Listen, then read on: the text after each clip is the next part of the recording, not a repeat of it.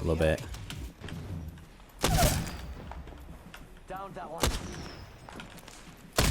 Climbing up. Lifeline.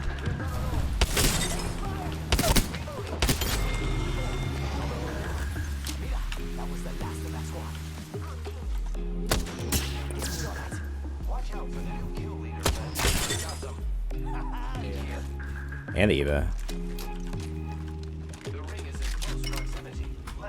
Love it.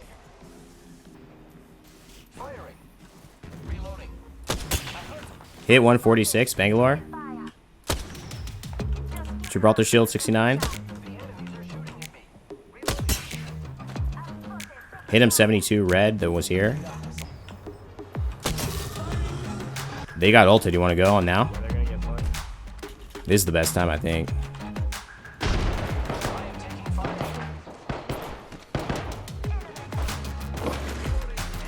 You can finish him. Yeah, finish him. I got you.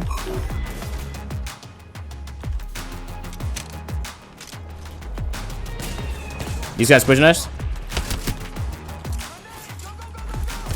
They're low. They're low.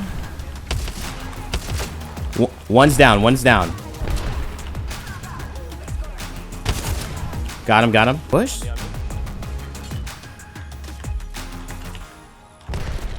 Where?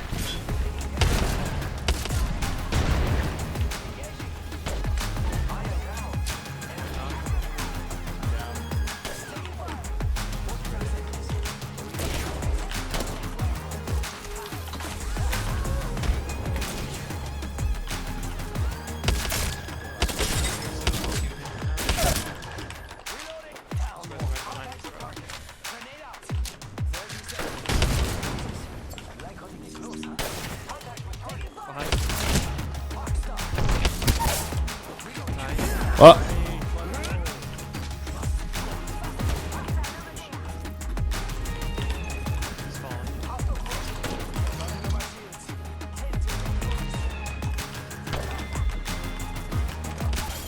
Let's go!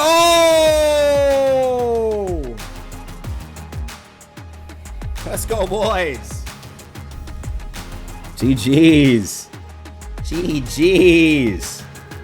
Here, chocolate rain. Oh, ladies and gentlemen, and of course, welcome to the video. I wanted to start it off with a little bit more of an exciting ending to this game because I'm playing the Armed and Dangerous mode, and I wanted to talk to you guys about how to win this mode, and actually tips that will you could carry into not only this mode to win and get what is the hardest badge right now to get in Apex that has just been introduced, which is the entirety of the Lost Treasures Master Badge Collection, meaning you do every single badge, which is kill 100 enemies, which is respawn people 15 times, and which is win this mode 5 times within the 2 weeks it's live in order to earn the Lost Treasures Master Badge. If you could do that, I think this video is going to guide you in the right direction, as you're going to be seeing about 3 to 4 wins that I've had in this mode particularly, and I am very, very close to unlocking the badge, and I wanted to kind of share that thought process with you all. So we're going to go into 5 tips about it, but we're also going to talk a little bit about game tips as well. So if you feel that this video is just gameplay, it's not. It's also about giving you guys real concrete ways to understand how to be better in Apex Legends when playing with a squad or when playing by yourself, which I do quite often. Just a reminder, this video is sponsored by EA, so thank you guys so much for sponsoring the video. They've been supporting the channel a lot, so big ups to that. Now let's get into the first thing. The first tip for how to win and get this exclusive badge that I found to be really, really effective, and it was kind of like a light bulb turned on, is to armor swap. Now, armor swapping is a term in Apex Legends where when you kill a down player on an enemy team, you actually finish them. You don't down them, you kill them, their box shows up, and you open their box quickly, look into their armor selection, and then select it, and you trade armors with them. You will get a full, fresh armor on. The issue is, in this mode, because there are so few resources in this mode, the syringes, the shield cells are abysmally low in this mode, and everyone has said it to me. Everyone has said that is only the reason they've not found found this as fun as possible, is that if you do not armor swap, you really can build up a full 4 or 5 level Evo, but have no shield cells or batteries to use it. And especially with the lethality of this mode, where helmets are hard to find, shotguns are everywhere, people are pushing you, you are going to die a lot if you do not practice armor swapping. And getting, even if it's a level 2 shield and you had a level 3, it's better to have 75 health instead of 0 health with 100 health potential by having a broken, fully, you know, leveled up level 4 shield.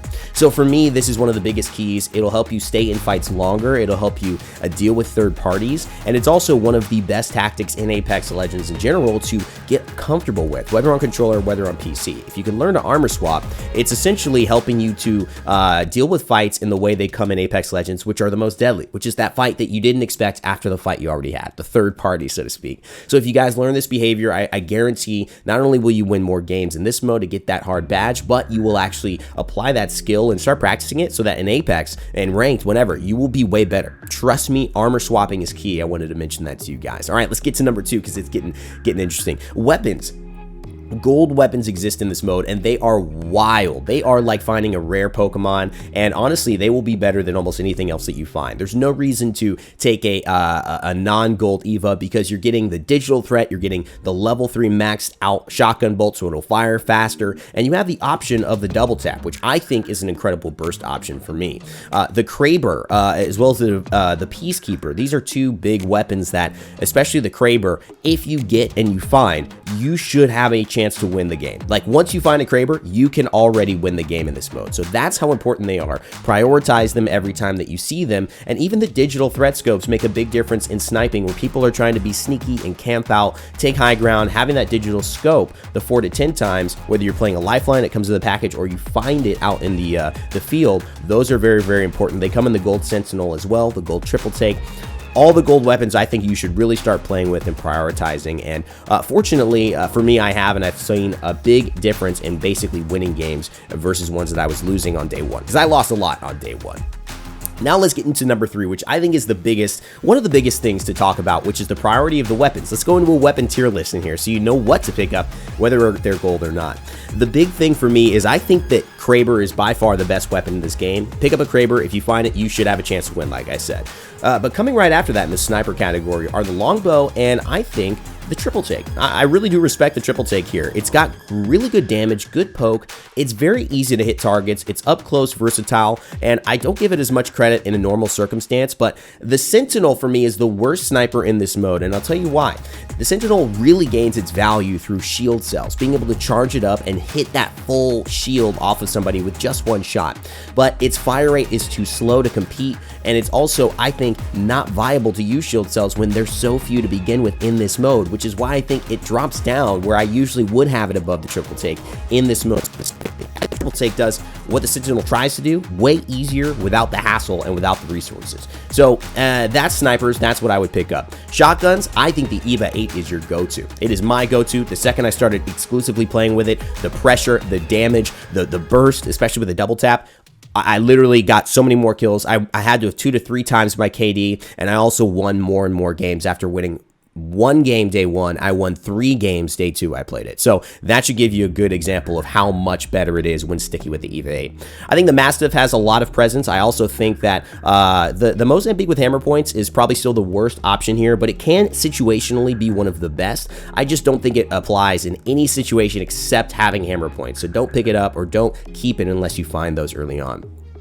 And the Peacekeeper, to me, actually is not a weapon I would pick up over the Mastiff and the EVA 8. I just find, anybody else, comment down below what do you think about the Peacekeeper, but I just find it troublesome. I always miss my shots with the Peacekeeper, and it might just be a me thing, but the EVA 8, I feel, gives you a lot of room to mess up and still be successful, guys, which is that's what we want. Sometimes we need a little leeway to actually be successful. You know what I'm talking about? Let me know what you think about that. I'm curious what you think about the weapon rankings as we get close to the 2 points to end this video that I think are going to be crucial for you guys to win more games and get this really rare badge that is going to be super cool to have on your profile for the rest of Apex Legends history before, I don't think you'll ever be able to get this badge again, to be honest. Finishers. Finishers have a huge impact in game, and this is why I wanted to bring it up. We don't think of finishing people because it's always not been given a reward. But in this mode specifically, when you don't have shield cells or shield batteries, they're actually encouraging you to finish your enemies when you are about to down them. Don't kill them and thirst them for a shield swap potentially. If you find that you have time and that person had a white shield, you had a red Evo, you can actually finish them, get your entire shield back, make sure your teammates are watching you, let your teammates know, and then be able to have success. To me, this is one of those things that in Apex Legends, I don't do enough in normal games, and in this mode specifically, I think kicks butt. So you got to make sure to start finishing people when it's appropriate. It is a great use of resources, will help you win the game for sure, especially when you're out of shield bats and shield cells. All right, now the final point in this video that is going to help you guys get that rare badge, and also just another tip in Apex Legends, when you see a downed or cracked opponent, what you just saw there in the gameplay footage as well, when you see somebody gets knocked or downed or shield cracked, that should incentivize you and your team to get aggressive. Because if you guys don't have your shield cracked, that means you are at an advantage. You are taking a 3v3 in an uphill position, and they have to go uphill to try to beat you. And that is what is all about. These are behaviors and tactics to learn. If you apply that to Apex as well, and you apply it to not only this mode, you're going to be pushing teams who don't really have the resources to heal up quickly, because bats are really rare. They don't have the resources to heal up maybe at all, because there's not a lot of syringes or things like that anyways. And the amount of time and lack of resources they have in this mode, pushing is even more rewarded because you have a shotgun and you have the ability to play up close and capitalize on that burst. To me, this makes this one of the biggest no-brainers, but also one of the hardest things I see. Players who are unconfident with dealing with that close range fight will stay in that sniping range and not really push when they already have success. And that's what I want you guys to understand. When you take that first step to success, keep going, take the next step. Like in life, you have to sometimes take a positive risk in order to get a huge positive gain. Staying where you are is safe, but sometimes things happen around you and other people take those risks and they get the benefits for it. So I want to encourage all of you guys to take that positive risk today in the mode, in life, and also hopefully you enjoyed this video. If you did, leave a like, comment down below, and subscribe. Thanks so much, guys. Never give up, never stop gaming, and I'll see you all next time. Holy crap.